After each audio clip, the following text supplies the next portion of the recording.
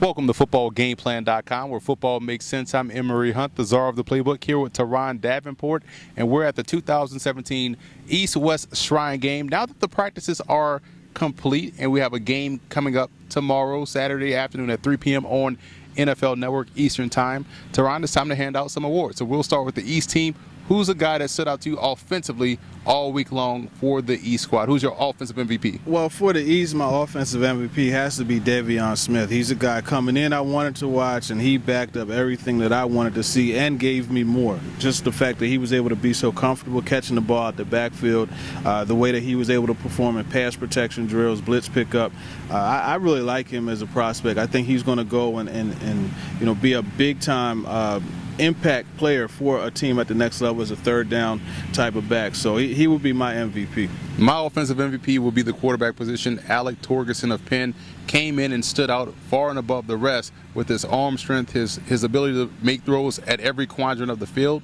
I think that right there helped their receivers out tremendously, showcase their talent, which is key. In an all-star game, your quarterback has to help you out to showcase your talent, and I thought Torgerson did that to a T for the offense of the East team. Now, defensively, my guy, Trey Hendrickson of Florida Atlantic, I thought he was all over the field and rose to the occasion each and every time the stakes were high. Third down plays that they asked him to get off the ball and pressure the quarterback. He was able to do that. He was able to close out a couple of drills as well, getting sacks. Had one sack on Torgerson, if that was a real game. So I thought he stood out to me all week long for these teams. What about you? Yeah, Hendrickson is a really good option there. I'm going to go with the guy on the opposite side, and that's Brian Cox. Stay in the trenches with him. And the Florida defensive end, I really like the way he rushed the passer from both sides. It's interesting. Seen him on the right side, he had his hand in the dirt. They put him on the left. He stood up and just coming off of that edge, man, that guy gets off the football.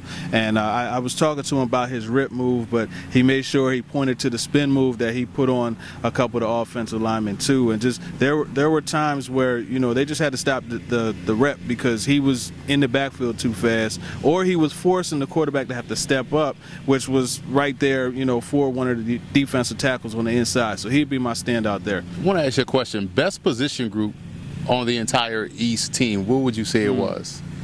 I'm going to say running back, man, because you got the young man out of Wisconsin that looked really good, as well as on the East team. Oh, on the East team. Pardon me. Yeah, Itavius Mathers, right, out of Mid-Tennessee, and then the other one from App State. Sometimes I get those helmets confused. Exactly. But yeah, the one from App State. Marcus Cox. He had one of the plays that kind of cracked us up on the sideline. He was able to smack the DB in the stomach to keep him from intercepting the ball, but just overall, that running back group, I think, was the best group at the East. That's a great choice. I'm going to go with the tight ends because I like what I saw from all three guys, all four guys. We talk about Colin Jeter from LSU not being utilized throughout the entire collegiate career at LSU. We talk about the guy from Laval and Anthony Auclair. You also look at Scott Orndorff from Pitt. Very good blocker, also shows some skills as a receiver. And Eric Sober could have been an offensive MVP for the East team. So I think the tight end group on the East squad was the best unit for me. Now,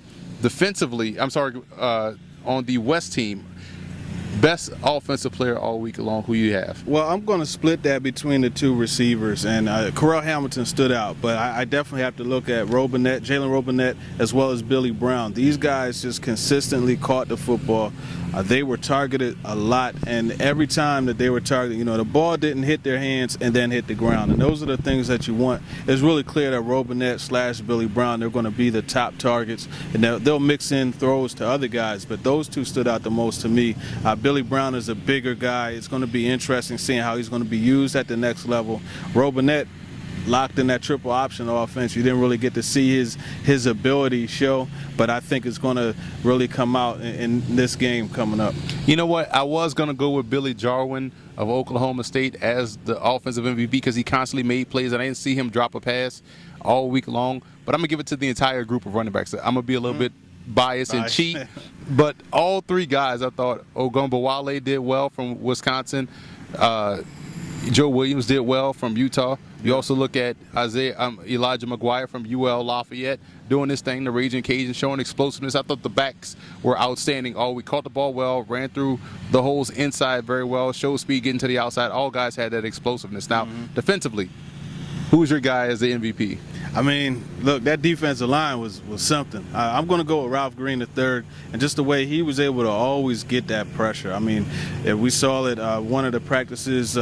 He actually took the handoff right along with the running back, and when you have an interior pass rusher, interior defensive player like that, you want to get that instant pressure, and he showed. I mean, that's what you want from a guy to disrupt any type of play the offense is running, and the way to do that is to get in the backfield right away. He did that yesterday. You're looking at him on Wednesday's practice, actually, just the way he got the whole defense going. You know, he was talking, he was raising the intensity level of everybody on the line. So he would be the guy that I would pick. I would look at Jadar Johnson out of Clemson. He wanted to show range. I think he showed that. I didn't think he had to show it because I thought it was evident on film at Clemson. He was out here being a good leader, showing that, yes, I played 15 games. I'm coming out here, my 16th game, 16th week in front of these scouts with a different team, different defense, and he played extremely well. I thought he was outstanding all week long.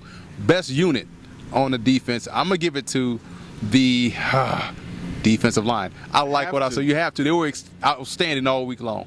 Yeah, you have to give it to them. I mean, you got Darius English, a guy who's 245 pounds, being bumped inside, playing D tackle. You got Avery Moss doing the same thing at 270.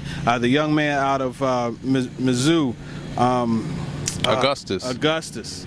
Man, to be as big as he was and the way that he was working through those drills, you know, the bag drills with his violent hands, he's someone else. I mean, you could name guy after guy. Dietrich Weiss out of Arkansas. I mean, Jeremiah Ledbetter, his teammate. There were so many guys on that defensive line. You have to look at them as the best unit defensively. Offensively, I'm going to give it to your position. I think the receiving core out here is great. Yeah. Billy Brown, Carell Hamilton, Trey Griffey, Gabe Marks, Jalen Robinette, Austin Carr.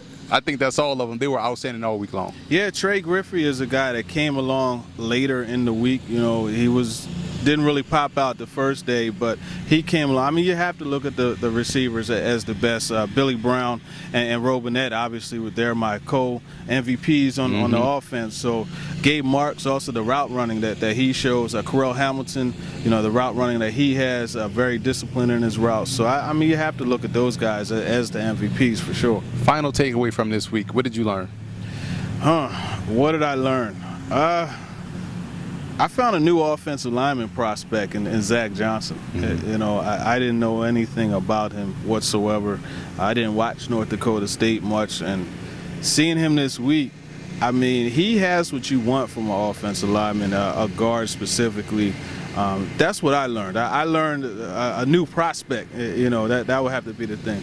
I learned that I love coming down here each and every week because of the people that we work with, the correspondents, and also just the laid-back atmosphere and attitude of the coaches, the players. They're getting to work in, but they're also laid back, and definitely a place that we will be coming back to next year and the years to come, giving you coverage and everything, providing this quality coverage that we're providing for you here on Football Game Plan. So for Teron Davenport, I'm Emory Hunt.